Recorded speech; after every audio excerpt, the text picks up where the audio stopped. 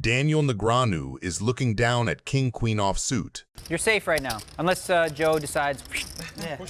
Well, that's what I've been doing. I mean, right. Yeah, Joe goes that's on why mad they bring me on the show, to help the Joe. loose cannons, you know? Pre-flop begins with a scenario that tries to neutralize the skill edge of the world's best hand reader. Jennifer Tilly, bringing her Hollywood flair to the felt, puts on a straddle. Negreanu, holding king-queen offsuit, raises to 3,000 to isolate and take control of the pot.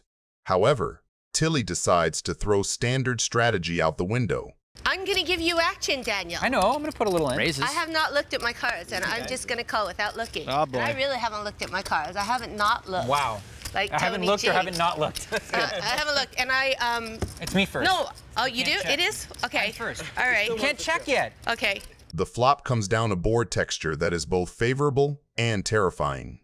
Wait, but she's waiting. Waiting to check. You should just bet blind. I'm going to raise him blind.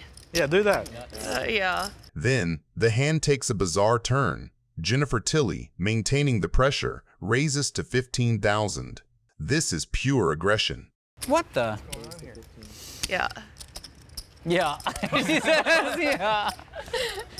What are you doing, Jennifer Tilly? I don't know. I have a good feeling. You have a good feeling? Yeah, I have a good feeling about my hand. That's good. That's powerful. Powerful. Negreanu is now in a bind. Folding top pair to a single raise in a straddled pot seems weak, but calling leaves him guessing on the turn.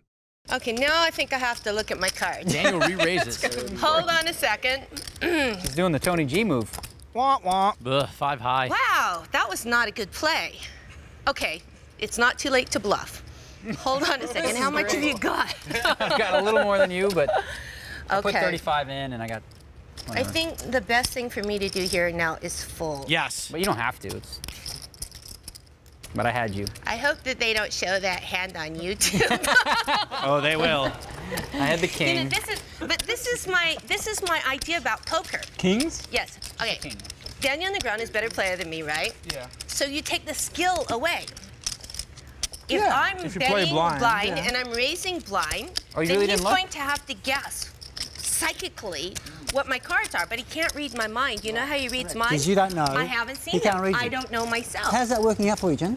It's a theory. I'm working on it. Imagine you found like two It's a work eights in there. progress. But that was fun. I would have to say that was definitely $18,000 worth of fun. Daniel Negreanu is looking down at King Jack offsuit. Pre-flop begins with a straddle from Jennifer Tilly, which immediately incentivizes the aggressive players to attack the money. Tony G, never one to let a straddle go unpunished, raises to 2,500 with ace-6 offsuit. It is a standard isolation play, but he finds himself getting looked up by the rest of the table. Joe Hashem makes a loose call on the button with queen-8 suited.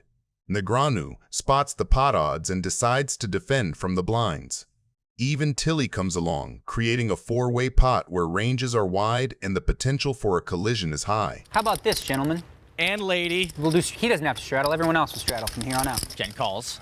Sound good? I'm happy Nope. with that. Yeah? You want to do that? Jen doesn't like it? Flop. Tray 9 queen. I go with company rule. Yeah. If everyone wants to straddle, I'll straddle. But you understand that makes it a bigger game. I am checking. For sure.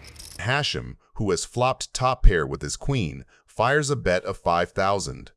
He is betting for value and protection. Tilly decides that her kicker is too weak to continue and folds. Negreanu holds king high and a gut shot straight draw. Most players fold here without a second thought. However, Negreanu executes a float. He calls the 5,000, relying entirely on his ability to outplay Hashem on later streets or hit a miracle card. The turn brings the 5 of hearts. This is a pivotal card. Everyone's playing except one guy. While it doesn't give Negreanu a made hand, it drastically improves his equity. Because he holds the Jack of Hearts, he has now picked up a flush draw to go along with his straight draw. Don't let him get to you. You're playing good, Ken. Sure. Negreanu checks, and Hashem decides to fire a second barrel of 10,000. Hashem is telling a story that he has a flush or a strong queen and wants to charge the draws. Good call. I didn't call the river yet. I mean, Good call. oh, in the turn it was a good call? Good call. I don't know, maybe. I sense sarcasm. River 10 of diamonds. Daniel hits his gutter ball. Very good call on the turn. Daniel checks. Joe wise enough to check behind. Wow. King Jack. Got it. You have queen, right? I didn't see. Also got a queen. Really? Decent amount of outs. Heart, king, 10, jack. Well, not jack. Heart, king, 10. Daniel wins. Wow. Daniel Negreanu is looking down at pocket nines. Pre-flop begins with a straddle from Tony G, a strategic choice that doubles the stakes, but also inflates his ego, forcing the table to play on his terms. Negreanu, sitting with pocket nines, decides to take control. He raises to 3,200. It is a strong raise, designed to isolate the straddler and define ranges early. However, Tony G is not a player who folds his straddle easily.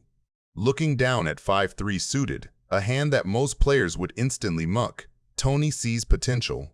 He defends, Me and the G. relying on his ability to outplay Negreanu post-flop rather than the raw strength of his cards. The flop is an action-packed texture that hits Tony G's garbage range significantly harder than it hits Negreanu's premium range. Negreanu, holding the overpair, leads out for 4,500. He is betting for value and protection, knowing that nines are vulnerable on this low, connected board. Tony G makes the call. He has too much equity to fold. The turn brings the jack, a card that is better for Negreanu's range than for Tony's. Negreanu fires a second barrel of 11,000. This is a critical point. Negreanu is polarizing his hand. He is saying he can beat a pair of fives. Tony G, however, enters sheriff mode. He refuses to believe Negreanu. He convinces himself that the jack is a good card for Negreanu to bluff on. The river is the 10. Negreanu, sensing that Tony is in call-down mode, decides to go for thin value. He bets 21,000. It is a large bet, asking Tony to pay a premium to see the cards. Tony G goes into the tank. He looks at his pair of fives, which is effectively fourth pair. To call here, he has to believe Negreanu has exactly ace-king or a total air bluff. Good bet. Too good. I would have flopped a straight if I played my hand. I was even money. Had a On pin, flop? straight draw. Yeah, that's what I put you on. You turn a straight draw. Like a G flop. Daniel Negreanu is looking down at 10-9 suited. How much is that? 8? 8 straddle this time? 10-9 of diamonds for Daniel. I always have to, double check. It is a pure Negreanu hand, connected, suited, and perfect for navigating post-flop without putting his entire stack at risk. I'm gonna win this one. Salomon, sitting in the big blind with 4-3 suited, decides to defend. That's what they call a 3-barrel bluff, right? That is what that's called. Hey, by the way, when you do the video on Yeah. 3-barrel bluff, 3-barrel bluffs. that's gonna be. Here's in an the video. example of a 3-barrel bluff. The flop is an absolute action board. For Salomon, this is the gin flop without actually having a made hand. Mathematically, he is flipping a coin against almost any made hand Negreanu could have. Check as well. However, the action goes surprisingly passive. The turn brings the jack, a card that favors the pre-flop raiser's range much more than the caller's. Now, Salomon decides to take the lead. He fires a bet of 6,000. It is a delayed semi-bluff, having missed the check-raise opportunity on the flop. He is now trying to muscle Negreanu off a hand like a small pair. Negreanu, however, has picked up a gut shot straight draw, needing an 8 to go with his overcards. Relying on his read that Salomon is likely betting a draw, Negreanu makes a sticky call with just 10 high. The river is the 3, a fascinating card. It pairs Salomon's hand, giving him a pair of 3s. While it is a weak hand, it currently beats Negreanu's 10 high. Salomon, now holding showdown value but fearing a higher pair, checks. This check is the green light Negreanu was waiting for. Oh man. Why didn't you bet the freaking flop? Why didn't I bet the flop? I didn't have anything on the flop. Yeah, I know. But why? Such a bummer. Because I had 3-4 clubs. I'm gonna. Oh, you had 3-4 clubs, so you were ready to just... Yeah, I'm gonna dump all my money in there for sure. Now I got a pair and I gotta make a decision. Sorta sucks. It sort of sucks. How much is it? 12,200. Yeah, I think you got a jack for some reason. While I'm bluffing, I might as well just keep doing it, right? Until they call eventually. Kid, you're just gonna own this table, huh? Just gonna keep Just bluffing. gonna pound until we just hold on with ace high. Damn, just keep him in bluff mode. I hit a pair and didn't call. What a bad player. Daniel Negreanu is looking down at 7-4 offsuit. Pre-flop begins with a straddle from Lou, a move that encourages action and bloats the pot before a card is dealt. Negreanu, sensing an opportunity to attack the money in the middle with position, raises to 1,600. However, he is doing this with absolute air. It is a move designed to steal the pot right there, relying on his image rather than his cards. Phil Lack, sitting in the small blind with Queen 9 offsuit, decides to defend. Oh, three-way. Crafty Daniel's priced in Lou with any two. Okay, guys, What would you, surprised it's three-way? no, I guess not. The flop falls with 2 hearts. Looking at Negreanu's pre-flop raise, Lack decides to check, likely fearing an overpair. Lou checks his air. Negreanu has flopped a sneaky open-ended straight draw. Instead of continuation betting and risking a check raise, Negreanu checks back. The turn brings the 8 of hearts, an absolute action card. It puts 3 hearts on the board, completing a potential flush, but more importantly for Negreanu, it completes his straight. Lack checks again, wary of the scary board texture. Lou, however, decides to take a stab. Holding the jack of hearts, he has a high flush draw and decides to turn it into a semi-bluff. He bets 3,000. Negreanu, sitting with the made straight but fearful of the flush, decides to just flat call. Lock joins us? He wants to keep Lou's bluffs in, but he also doesn't want to blow up the pot if someone is sitting on a flush. The river is the ace. Lack and Lou check to the button. Negreanu now has a clear value betting situation. He bets 5,500. It is a perfectly sized bet, small enough to entice a call from a sticky pair or 2 pair, but large enough to get value.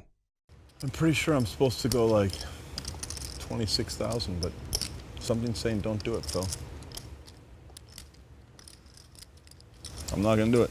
Lack, looking at his pair of 9s, realizes he beats nothing but a total bluff. He folds. And lose out. I was up to 37% on 26 times. Well, I don't know why you didn't do it. That's the highest I obviously had to come. I had to have it. Well, if I show a 4, I had to have something there, like a 7 or an ace of hearts. Jennifer Tilly is looking down on 8-6 suited. Negreanu opens with ace-2 offsuit.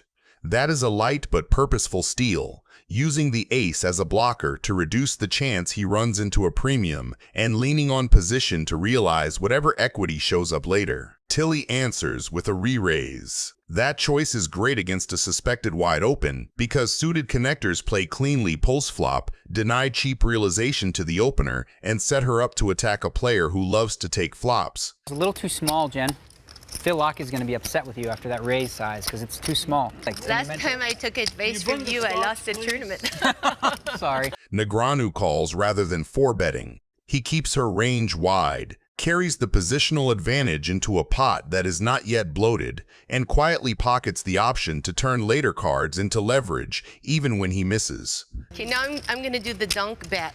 It's not a donk bet because you were the pre-flop raiser. Oh, okay, it's not a dunk bet. It's a continuation bet. A continuation bet. Tilly follows through for a small C-bet. The sizing stresses floats and gut shots and keeps her range comfortably uncapped. A lot of bad cards come off, and then I can just bluff raise the turn or something stupid like that. You could. Turn a pair into a bluff. I'm really good at that. It's one of my big things Bill Reynolds taught me. Negreanu does not have value, but he does have a plan. He calls to float, buying one more card and preserving the initiative advantage that comes from acting last. If she slows on the turn, he gets to tell the next chapter. If she barrels big, he can release cheaply and move on. The texture inches toward the middling wheelish territory that favors the caller. Tilly checks. That single check compresses her range away from very strong overpairs and toward one-pair hands and draws that prefer pot control. Negreanu seizes the mic with a bet. The number is not huge, but the message is loud. He denies a free card to overcards, pressures hands like ace-queen and king-jack that C-bet once, and begins building a story that can arrive at straights and 2-pair by the river. His literal hand did not improve, however his distribution did, because the cards he credibly represent improved. Calling the flop to take it away on the turn is classic small ball pressure, and he executes it cleanly. This is the card that ties the room together, and the run-out connects squarely with the very suited connectors that defend 3-bet pots from the blinds. Tilly leads small. That type of sizing often functions as a blocker, a way to name a price with a hand that does not want to face a pot-sized bomb. To Negreanu, that looks like a door left slightly open. He chooses to kick it in and chips. The shove polarizes him to the straights and strong two-pair he has been representing since the turn. We probably have the same hand. Oh, so sick. You have 9-jack, right? Would that be the same hand as you have? Because if you did have that and you didn't call by now, it would be a little bizarre. You're in Jennifer Tilly's seat. You have the straight. Negreanu shoves over your small lead. What's your move, snap call, or an impossible fold? And why in one sentence? Best clear answer gets pinned. Oh, God. Oh, you have a 6? You raised me with a 6 out of position? No. That's crazy talk. Tilly folds.